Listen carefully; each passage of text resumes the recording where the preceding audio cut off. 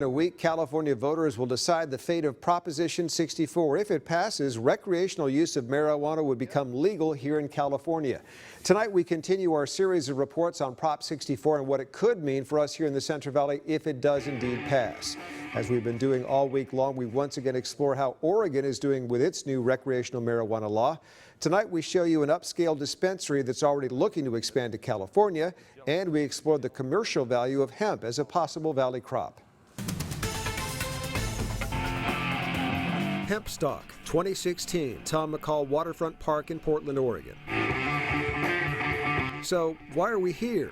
Because California's Prop 64 also includes the legalization of hemp. Hemp is very important. It'll be a boon for a lot of California farmers. So what is hemp?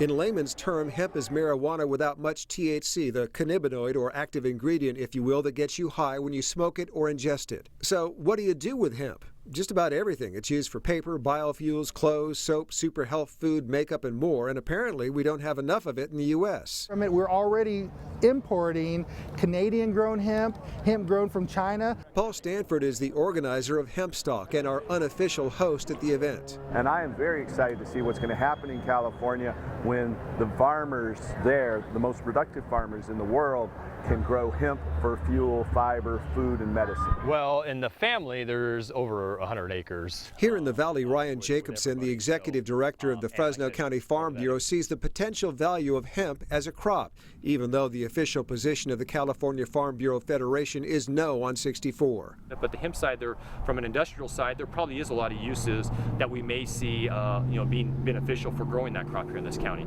Jacobson says unlike marijuana, hemp actually uses less water, making it somewhat drought tolerant, and it could grow in less than desirable valley soil. It is, after all, a weed. Cliff, these are folks are from Fresno, California. Hemp is so mainstream in Oregon that Cliff Thomason, who is running for governor with the Independent Party of Oregon, grows it, and he's not alone. Well, last year there was around 7 people who grew hemp last year. This year there's 77 of them. Well, hemp has been, since the beginning of time, been the only plant that can feed you, clothe you, house you, and heal you. And speaking of healing, with the passage of Measure 91, the medical marijuana business is also booming in Oregon. I think it's going to be an extremely positive thing for the economy in Fresno.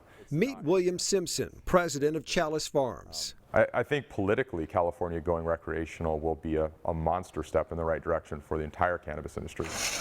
Chalice Farms is arguably the premier producer, processor, and retailer in Oregon for all things related to recreational and medical marijuana. These gentlemen are from a news channel in Fresno talking about the new California measure. Tucked in this nondescript industrial complex is a huge 30,000 square foot facility and storefront that's kind of a cross between a jewelry store and an upscale winery. We want to say Oregon's becoming the Napa Valley of cannabis. Here, customers 21 years and older can view the products inside custom-made elegant burlwood cabinets and order right off the menu. Yes, menu. We print them almost daily, depending upon how fast. A lot of times we'll run out of these products.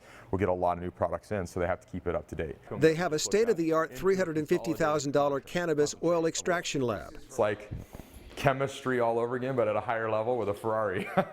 So how does it work? It's complicated. So it's a liquid critical extraction, it's liquid CO2, and then you have to homogenize all the fats, lipids, and waxes out of it. Then you put it into a rotovac. Got it? Throw in a centrifuge and some skilled labor and you have high-quality cannabis oil for upscale truffles. So this is a vault, basically. Very much so, yeah. They also have a refrigerated bank-sized vault for their products, which are all tracked by barcodes right down to the pre-rolled joints. It's all part of Oregon's seed-to-sale tracking system. And like any good business, they're expanding. The business model is to get to 10 stores in Oregon. 4 are already open, and construction is underway on 2 others. But it all costs money.